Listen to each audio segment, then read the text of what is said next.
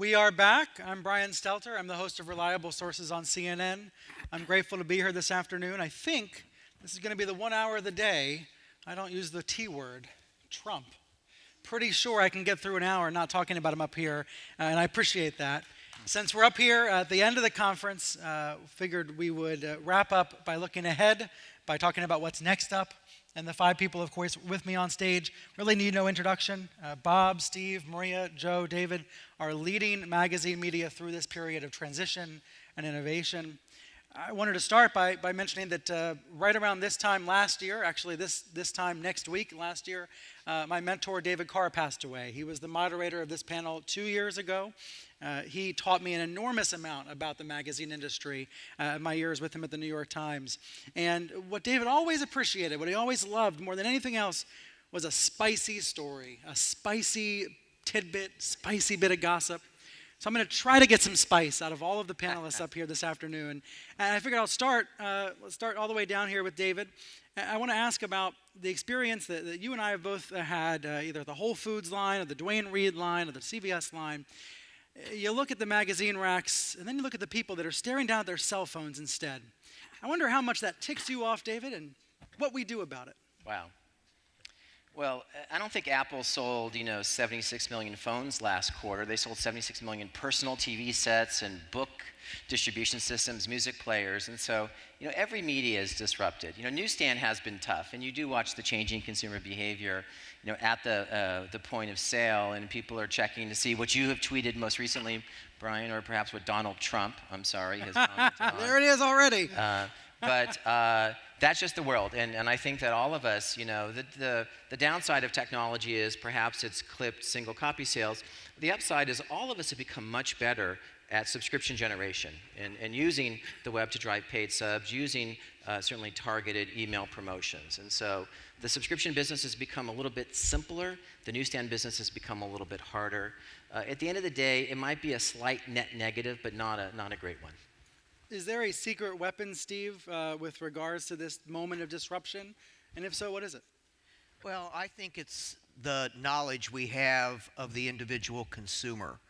Because unlike so many other media businesses, we in fact know who our consumer is, and we know a lot about that consumer. And so building on what David said, I think the area that's made me the most confident in the future has been our ability to begin to move away from reliance on direct mail sources and also newsstand sources of circulation and execute. I think right now we're executing about a third of our transactions in a digital environment with the consumer to subscribe and to pay. And more of those are automatic renewal without the need to solicit again. And that really is a game changer for all of us. And I think that's what gives me the most confidence is really our ability to target better and better and to do that in an online environment using a credit card. And then all we have to worry about is advertising. Confidence from you, Steve. But Maria, tell us what makes you most confident, but also what makes you most anxious at this moment. I'm not actually really anxious right now. In fact, I'm really excited about where we are in the media space. He mentioned advertising. You went ad-free with prevention yesterday. Yeah. Jeremy Barr quoted your spokesperson saying, "We've wanted to do this for a long time, so why do it now?" Well, I think what is happening in society is that the consumer is really in control in a way that they haven't been before. And what's exciting is that because we've all experienced such disruption, that there's not as much to lose, and there's no formula anymore. So it's a very creative time. And for Prevention Magazine, the prevention audience has traditionally been an older audience, and we're a digest size, and it's been a struggle with advertising for a long time. And actually, readers don't really like the advertising. They've complained about it. So for us, it was a chance to just say, what if we don't have anything to lose here and we listen to our customers and try something completely different And so I'm really excited about that creative opportunity, and we have evidence to believe that people will pay for. So how about that revealing kinda- the new price here on stage? Well, it's not really a new price. That we're taking the cover price, which is $3.99, and we also do SIPs on the newsstand that are $4.99 that sell really well. And we're saying that's the new subscription price.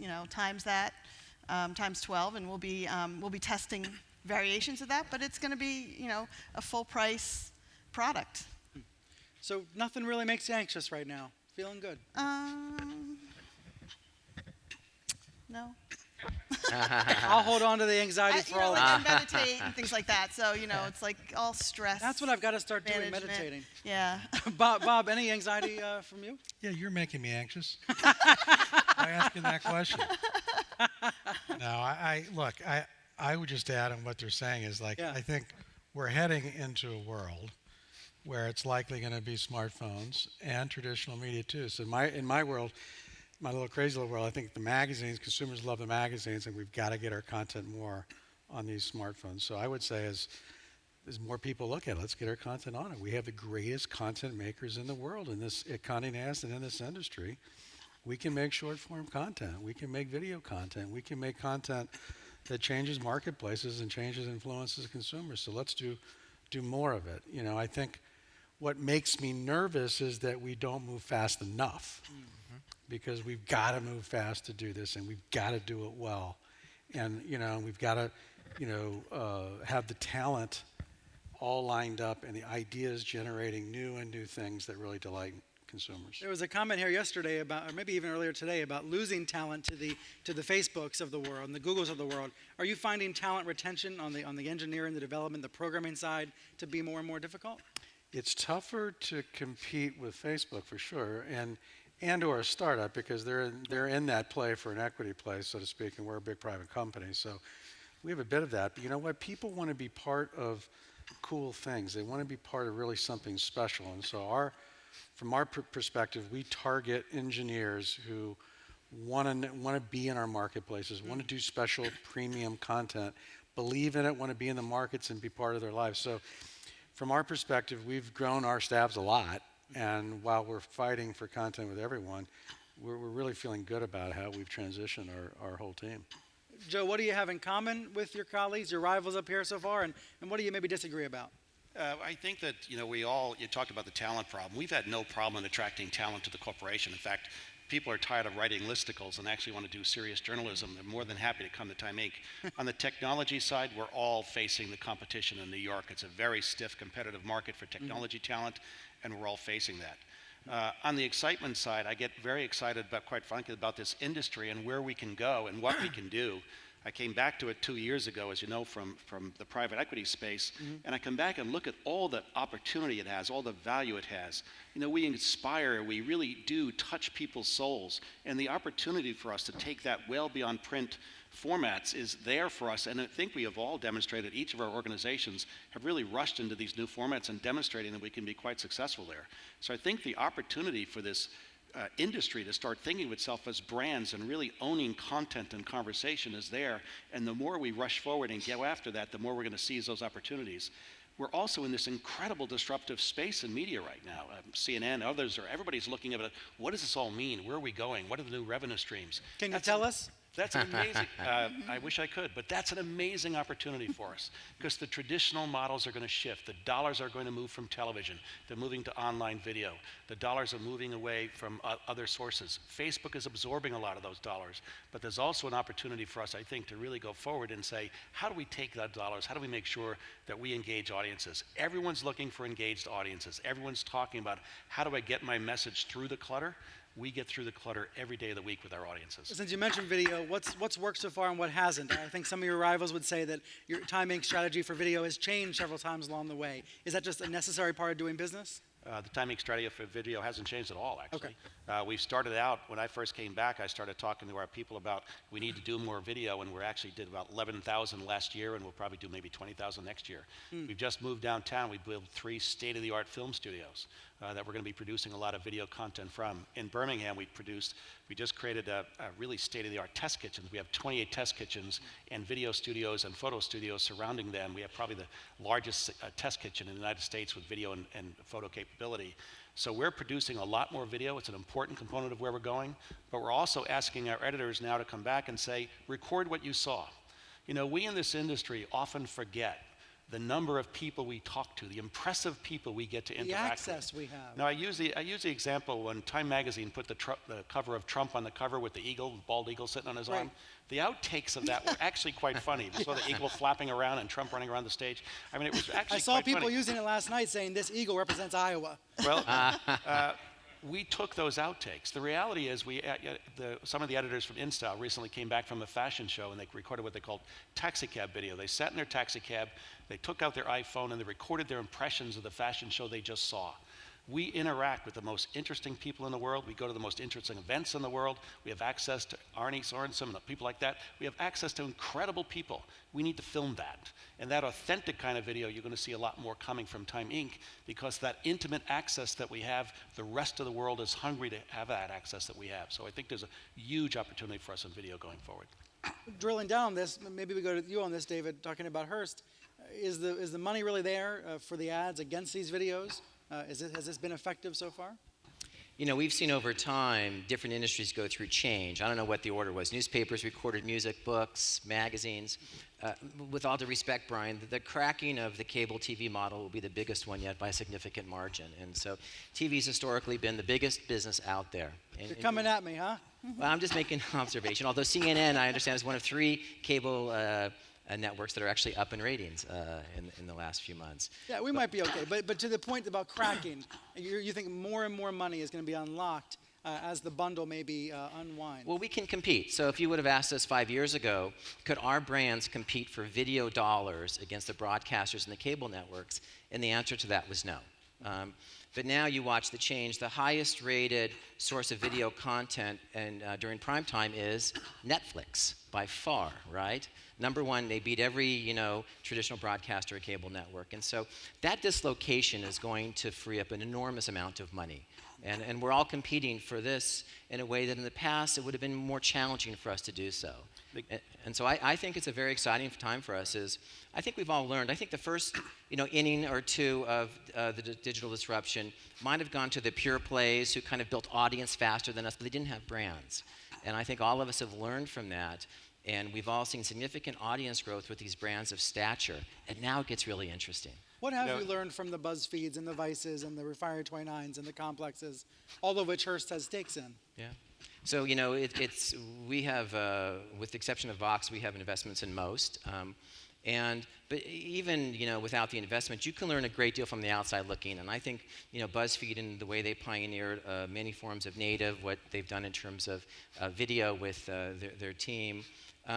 And some of these digital companies also did all of us a great favor in that their CEOs came to every conference and they walked everyone through how they A/B test headlines for social media. And I think all of us took notes for that. A good lesson for us is that the secret sauce, and we've had a fantastic 18 months with our digital business. We're probably not going to be as public about some of those strategies as some of the pure play competitors. They did us a favor. We probably will not return it. Maria, I see you shaking your head. How do you apply this approach? Well, I think that we've all been chasing advertisers and where they're going, and that's important to do. But ultimately, what I've learned from the BuzzFeeds of the world is that we have to chase our customers and our viewers, and they want to be entertained. They want great stories. They want they want to laugh. They want to cry. They want stuff that's serious and deep, but also goofy. And so it's really that permission to be really creative, and also appreciate that each medium is very different. So print has one experience to it, and video has a very different one. So as a creative person myself, I find it just, it's really exciting. Partly that's why I'm skeptical of some print efforts about video, because video is so different, is so hard. Right. But is this a matter then of iterating very quickly, to use a Silicon Valley term, dropping what doesn't work, doing something else quickly?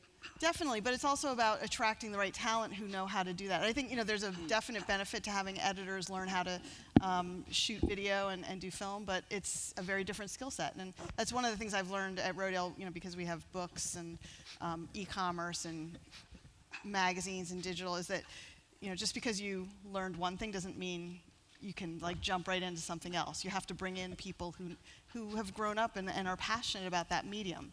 So And when you say video is different, I used to be the CFO of Time Warner. I know a little bit about your business too. The reality is what's going on in video is very different than what you do. You do full-length programming, you do full-length show, and we did a short video on red velvet pancakes, and 12 million people watched it. It cost us $200 to make. It's for Valentine's Day, by the way, if you want to do something. More views coming. But that kind of video is different than what the traditional video companies are doing. It's different what the studios are cranking out. It's different than what CNN's cranking out. Yeah. It's very different, and we're really good at that. And we can really play in that field without a lot of learning. We can really come up to speed pretty quickly. It's really not a barrier to entry. did you shoot it in Birmingham? We shot it in Birmingham, yes. So this is the digital side. Let's talk about maybe about the print side as well. Bob, the Times story this week said the revenues on the print side have been flat since, was it 2012? I think for the last 3 years. What do you have to do to contain costs to manage that side of the business while growing digital? Well, I mean, I think, building other revenue streams off these brands too, outside of digital, the event business, is a prime example of that. With the Vanity Fair New Establishment Conference, it's one of the best conferences that you'll ever be to, you'll ever see, with Elon Musk and Zuckerberg all in one place. So that's one good example of how we grow. And, and I think what we'll do is, we'll keep fighting for the print business because, quite frankly, consumers absolutely love magazines. And the advertising community, I mean, this is something that, when you're reading Vogue, you want to see the ads. You want to see every single ad and agonize over it. And so we're proud of it, consumers love it, and we'll still keep fighting that fight. And I think as the economy improves and the luxury market improves and our advertisers' business are better, because that's a big part of this too. It's not just what's happening in magazines. The global economy is very jumpy, and we're all dealing with companies that have global footprints. So that's what we'll be fighting. And what do you say to staffers who feel the pinch and are frustrated by it? That you got to lean forward. You got to lean forward into the change. And no matter what you're doing, our content, our storytelling have to be told on all the platforms. We have to be as good in digital and mobile and video as we are in magazines over time. So let's lean forward. Let's do what we do best, make it do it even better, and learn how to create our content and sell unique advertising programs on the new platforms. And they're excited about it. 5 years ago, we had a digital audience of 15 million. Now we have 115 million in just a short period of time. That's an exciting thing for creative people and ad sales leaders to be pointing themselves at something that's growing that significant. You don't ever want to hit your head against the wall, though, and say, why can't I make more money from these damn online readers? Look, hit my head against the wall? I mean, honestly, of course we do. And, I would just say... It's not just this industry. It's every single publisher of anything on the internet. Look, it's not just... I would just say that, of course we do, but we're constantly creative and trying to find new ways to build revenue streams. And a good example is New Yorker. We got a paywall up. It's a phenomenal success. It's a dual revenue stream business. And it's transformed, the New Yorker is one of our best businesses at Condé Nast. So, you know what? I think you never give up. You're always looking for new things. There's so much innovation. There's a new idea everywhere you turn. And whether it's a creative idea or a business idea, it doesn't matter. We're moving forward. Do you expect to see consolidation in the industry? I think it's a natural outcome from this. It's not something we're interested in. Our goal is to be the best premium company, the best at it, not the biggest. But I think you should ask my friends down the... Well, that might be coming Steve, next. Meredith left at the altar, Media General running off with Nexstar. I wondered if you feel like the heartbroken bride a little bit. Well, it was actually a pretty good story with a pretty lousy headline from my personal perspective. I was borrowing from Breaking Views. Making a little bit of a joke about it, but from my perspective, I think we have to all look at things that are very non-traditional. Meaning? And look at things that, I'll get to that. Look at things that are in fact, Joe and I are the only two here up on the stage to get the privilege of reporting every little detail of our business every quarter. Lucky you. And there are certain things about our businesses where scale matters, and there's other parts of our business where scale doesn't matter at all. But I think the most important thing is doing things that are not expected. So you probably know that we own All Recipes, which is the largest digital food site in the world. I about got ridden out of town on a rail when I said we were going to launch a print magazine out from under All Recipes. And in fact, it has proven once again. We launched it in the fall of 2013. We now have a 1.2 million guaranteed rate base, and it is about 25% of the profit of the All Recipes brand. And this is a digital native who also wants print, and we talked about video. That's important as well. And all of us here happen to have very engaged audiences. And they're into the content, they're into the brands, and we now as an industry have a sales guarantee where we'll put our money where our mouth is, because we are confident that advertising and our brands sells product at retail. And that's very different for us to do, but it works, and we have to do those kind of things. The status quo for any of us is not an option going forward. Let's go back to that. But since you and Joe already have this quarterly reporting in common, maybe I already did mine. He has to do his later this week. So I'm in a quiet period, no comment. would you like to comment on behalf of Joe about a possibility? I'm not commenting on behalf of Joe about anything, but I really do encourage everyone. We encourage our own employees. Yeah. I mean, study these earnings releases, because you're going to feel better about what is going on.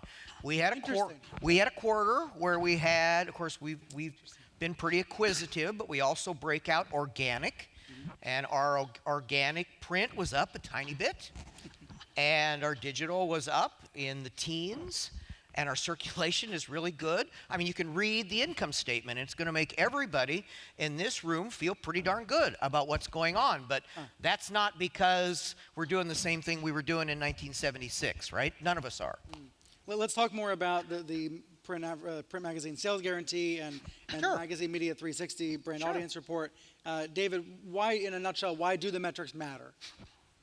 Well, they matter, and the 360 report is important because the magazine industry was the only one where this yardstick of vitality was an ad page. And I'd always ask people, how many commercials did NBC run last month, and how many ad units did the New York Times sell? I would love to know, but I've never written about that. No one had any idea.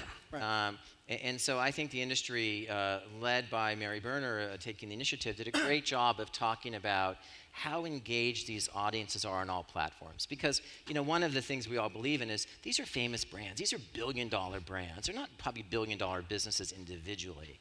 And there's all sorts of opportunity to fill in. And so for our brands that have tens of millions of social media followers, tens of millions of visitors to our websites, in addition to magazine audiences. And so I think that's a real triumph for the industry to get that message out that, who would have thought that the magazine business was kind of the perfect springboard for all other media forms? And we're seeing people respond to it.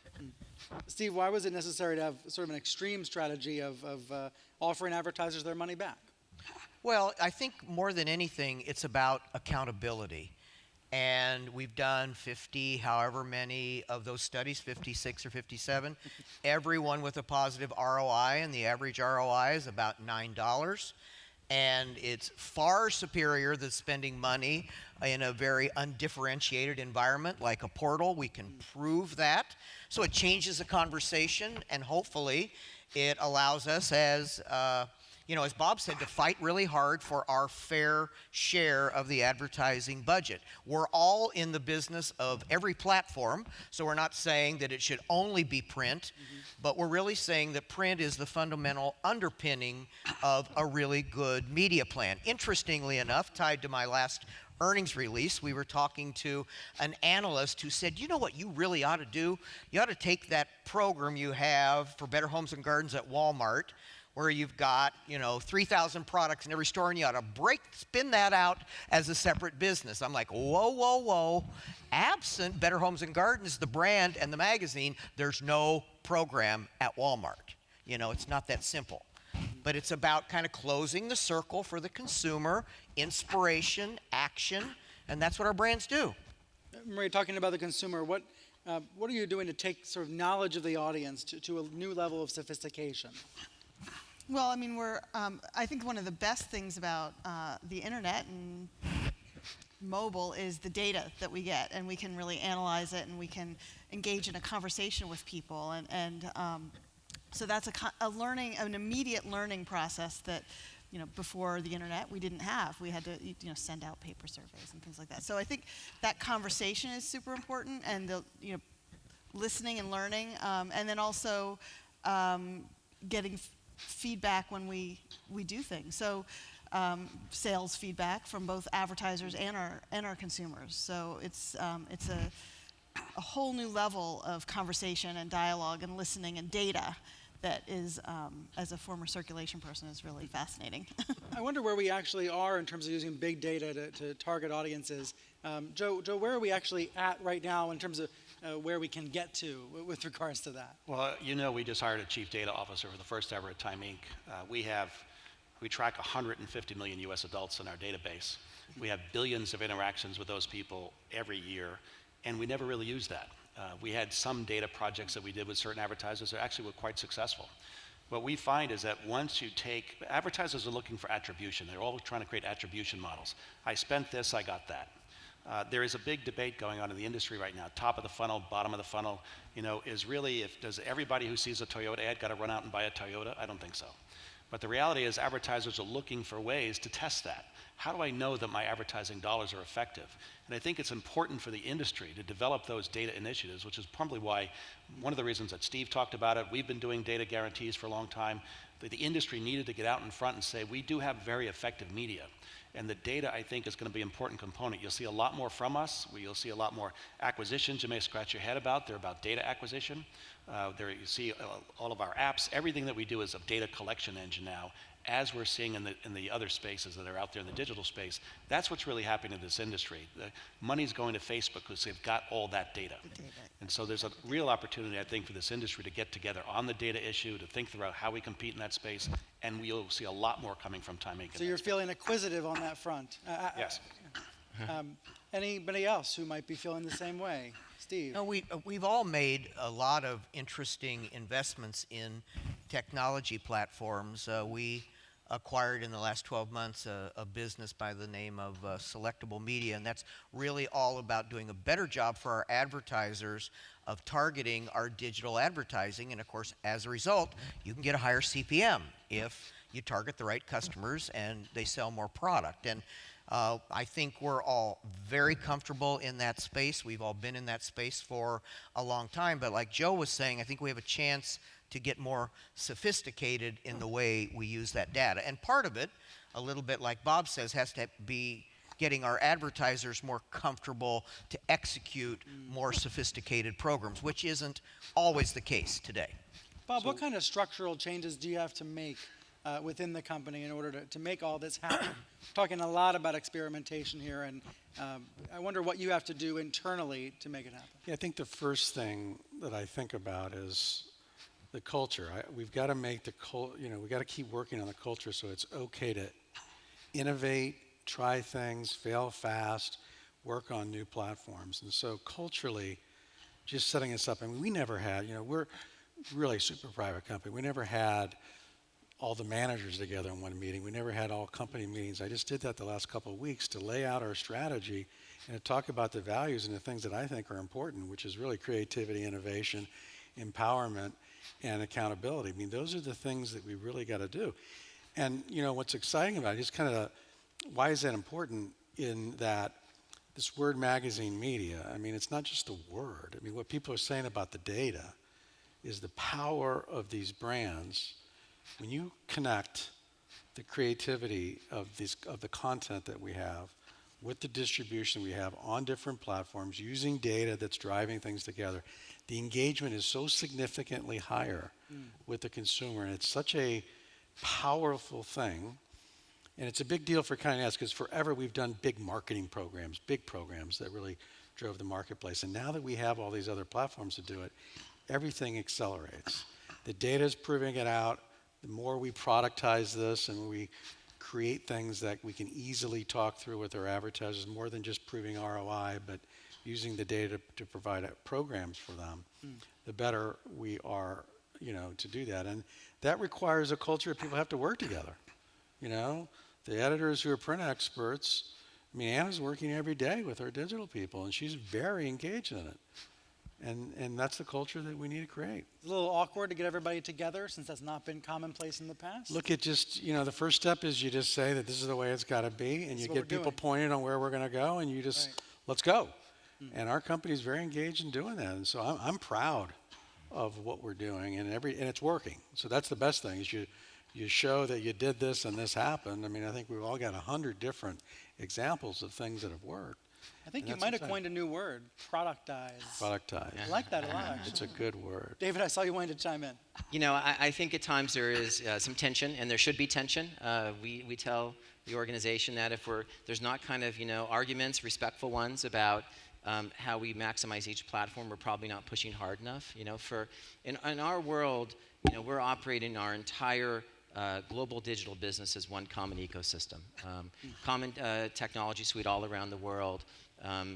All digital editors can see what's happening on every site and if a piece of content is getting traffic. And in the magazine business, in our traditional business, it's all about exclusivity. We wouldn't want to have the same piece of content in print in Harper's Bazaar and Elle. That would be kind of weird.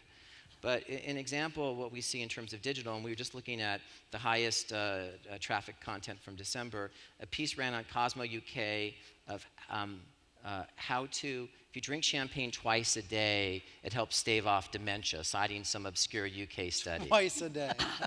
Twice a day, not once. And it wasn't a branded promotion from the Champagne and Spirits Council. And it did okay in the UK.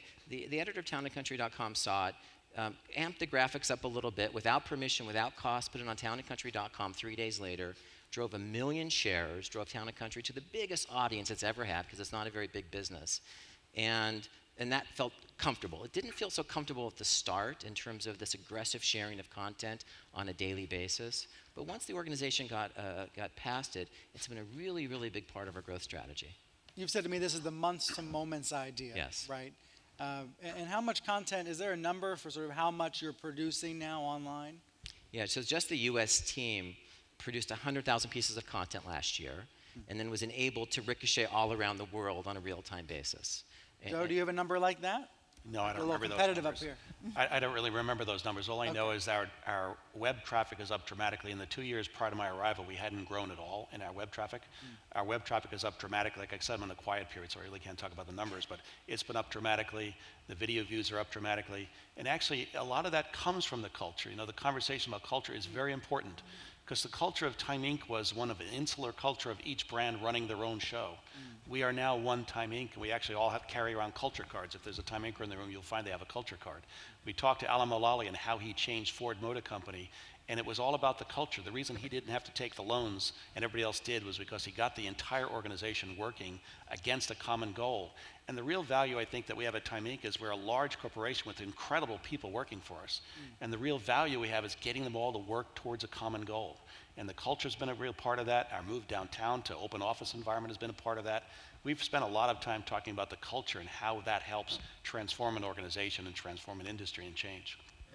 Do you feel like you're there yet, so to speak, Joe, or are you still pushing folks? Are you still on that journey to get them where you want them to be? It's safe to say, when I look back, I can say that we have transformed Time Inc. more in the last 2 years than we did in the last 10. And that's fairly safe, and if you talk to Time Inc.'ers, they'll all tell you that. But I'm still impatient. I still think we need to move faster, and we need to really embrace change faster. We need to figure out our ways into the new markets faster. We need to create much more content than we have in the past. And the organization is feeling that sense of urgency. I came from the world of private equity, working in smaller companies. And what smaller companies have against us as big organizations, I've worked in big and small, there's that sense of urgency. That's the ability to move and to change, to try new things. At Time Inc., we used to like to study things for months. And I like to say, if it doesn't work, we'll just try the other thing. You know, stop studying the damn thing. Just make a decision to move forward, because too often in a larger corporation, so many people can kill an idea. There's lots of people who have an idea why it won't work. What you really want to do is embrace those people who think it may work, because the only sure way to make it not work is don't try it. Don't try it. So we are an organization, I think, that's moving a lot faster. We have focused on the culture. We've got a lot of good people thinking of new ideas. I actually have more ideas now than I have funding, and I've got several $100 million on my balance sheet. I can't say the number again. On my balance sheet that we have to invest. So Right. lots of ideas. Steve, correct me if I'm wrong. I feel like for several years we've been hearing about the industry figuring out digital, figuring out video, and figuring out social. Is there a difference in this year, in this environment? Do you feel like it's still fair to say the industry is still figuring it out? Oh, I think I wouldn't tie it to 1 year, but I think we've all figured some really important things out. First of all, and it's been said by everybody maybe a different way, within all of our own individual cultures, that we have figured out that the consumer, in fact, is going to access our brands and our content on every single platform. Nothing's going to go away, but we're going to need to be smarter about the creation and the dissemination of content, because the consumer doesn't feel like they're moving from platform to platform. They naturally access our content in the way that feels very comfortable for them, especially our millennial consumers. So I think we've all learned that in our own way, and so that means that the digital group is not the enemy, and generally we've all on this stage figured out that we are not the enemy. Now, what we have to do is all pull together and act a little bigger than we are, and have a little swagger in our step as it relates to competing with some of these other platforms that do not deliver nearly as good an ROI for the advertisers as we do. Would anyone else like to disagree with the idea that you all are not the enemies?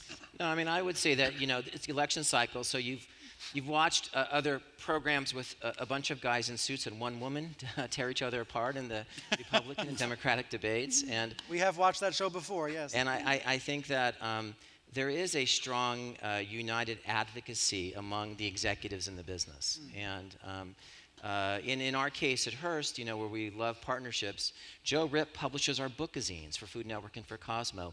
In the UK, we have a joint venture with Maria Rodale.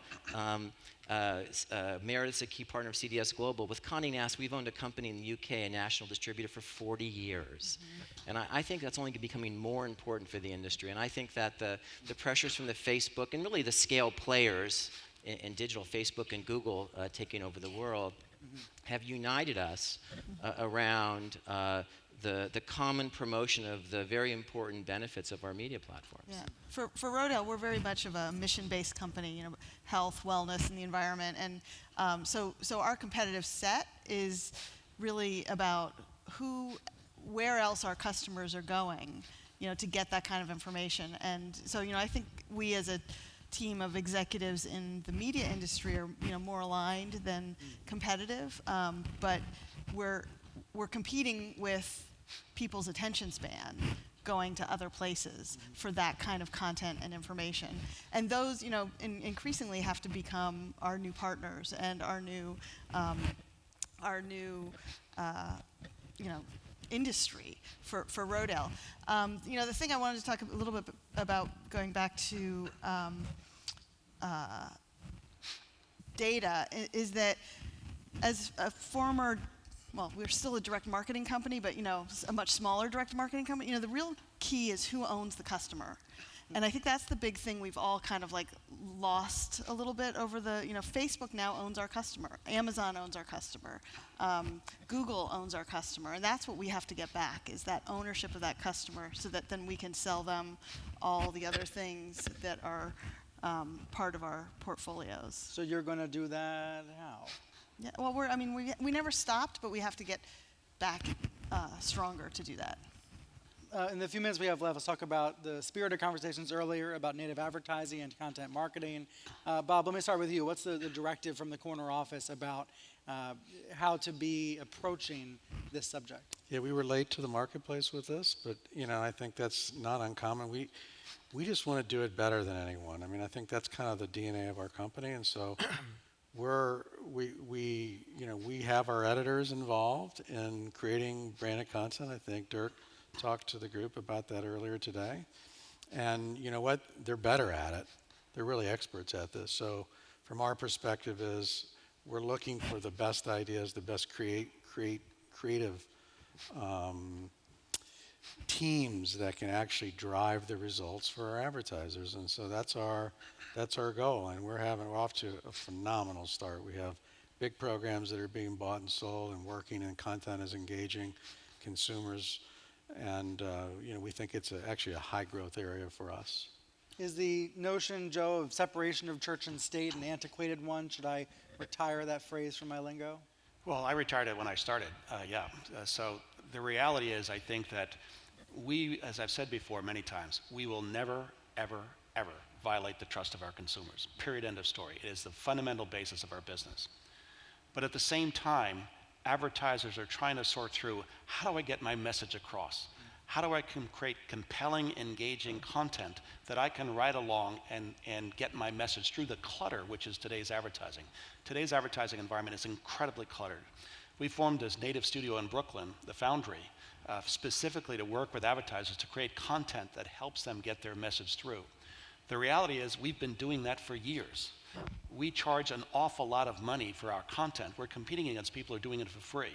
We charge for our content, and we engage. I spend over $500 million creating content in the marketplace. It's really good stuff. It's why I can charge $115 for People magazine. And the reality is those people who do that are also very good at getting compelling messages that attract audiences.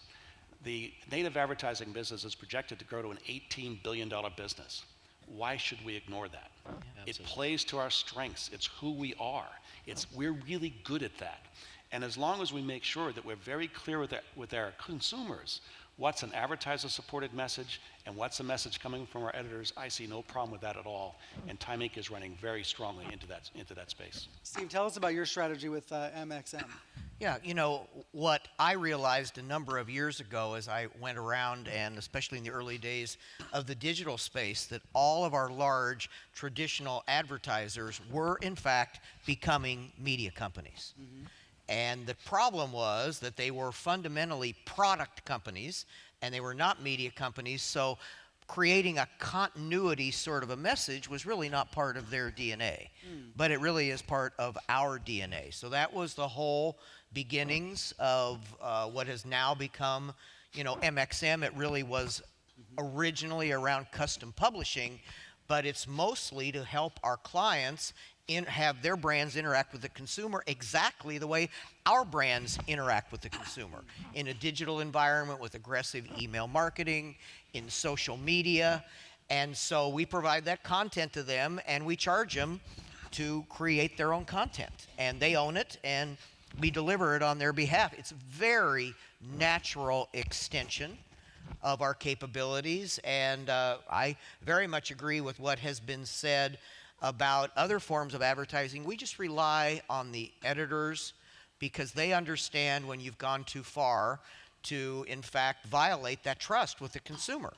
And I don't think we've ever really had a problem with that. And I think it's natural. And as long as you're clear about what's advertising and what isn't, let the creative people handle it because they know what they're doing. David, is this most valuable when it comes to video? It's valuable in every way. So we're doing native and print executions, and so in our company that was worth about $25 million of incremental revenue last year, things that in the past we wouldn't have done. As an industry, we way overthought this, and we missed beats. And whether it was too much self-regulation, but we live in a branded environment world, right? So the Super Bowl will be played this Sunday at Levi Stadium, right? The halftime show will be sponsored. Consumers get it, and for whatever reason, we thought that we were going to live by different rules, and I think that was a mistake. And so Consumers trust our brands. I think all of us, have rules, and at Hearst, there's just two simple rules. Our content is not for sale, and branded content is okay as long as it's clear to the consumer what it is. Is there anything right now the industry is way overthinking in the same way it used to way overthink this? Well, I think, relative to all of us in our video production businesses, we're playing catch up as well. These are still nascent businesses for many of us, and we're investing against them. But, we're producing fantastic videos for clients that feel right. And so I think we've learned from this that, too many orthodoxies brought to the magazine business is not our friend. And we have to live in a modern world, and we can do so, and of course be very proud about the content we create.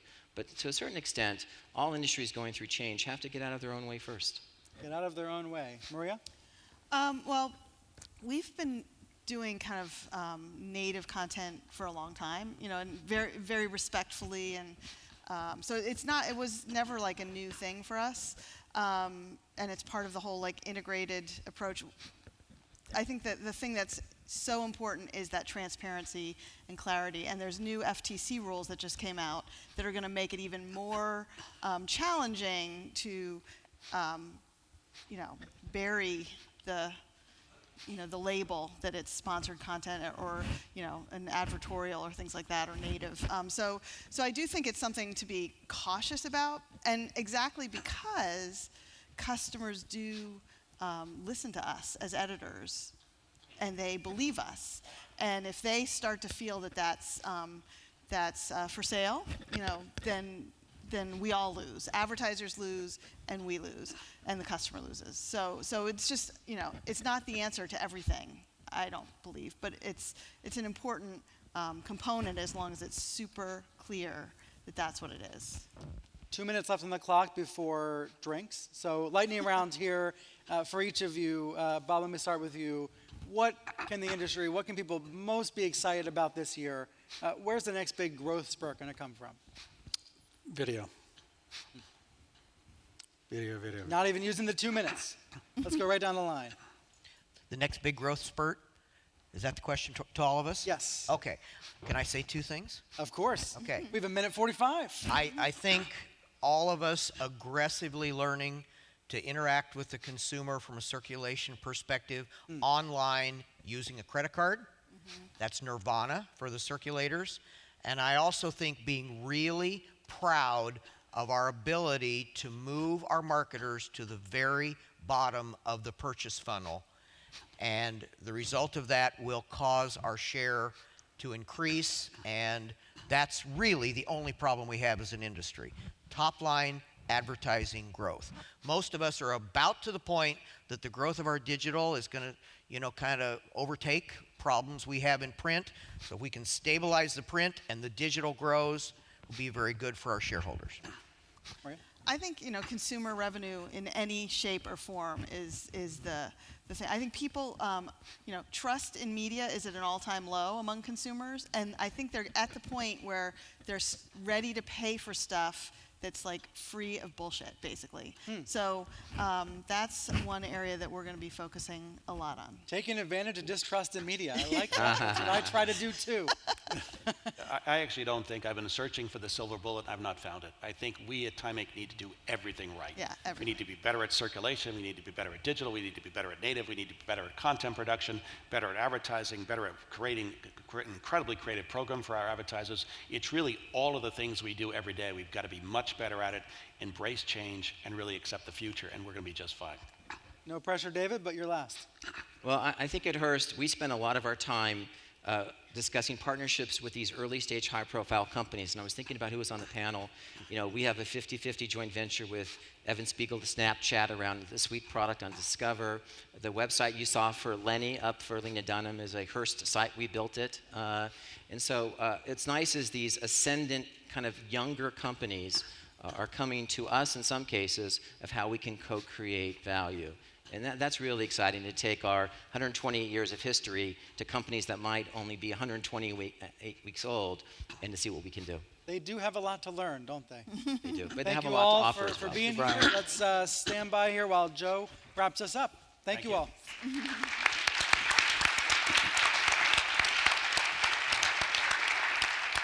You know, as I said when I started, I came back to the industry after 14 years absence and did a bunch of other things.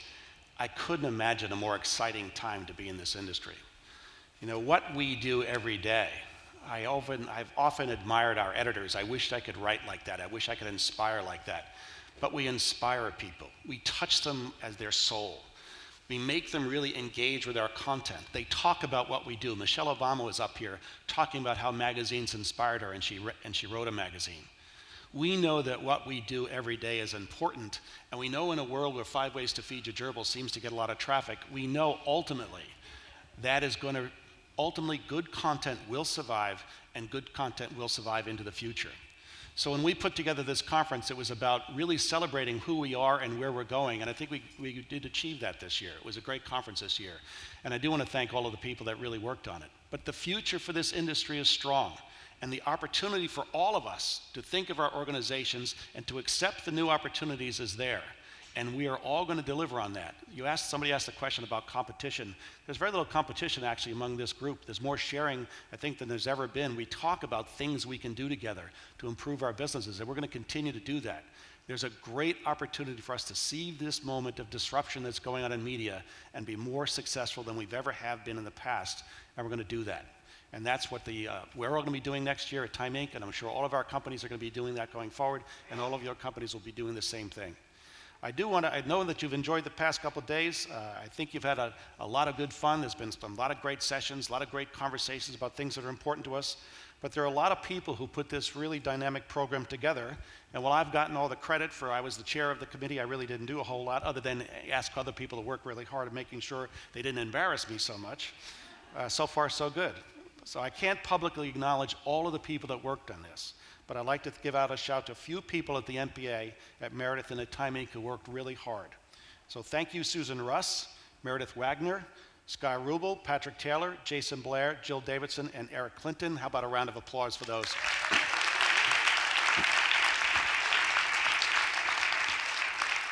And of course, we couldn't have put on this conference without our partner sponsors, Social Flow, GFK, Kantar Media, the data partner to PIB, Chartbeat, Hi-Fi, and all the rest. Thank you. A round of applause for them also.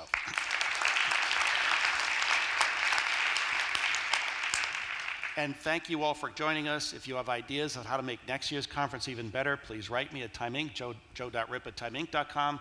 We're interested in your thoughts. Thank you all very much.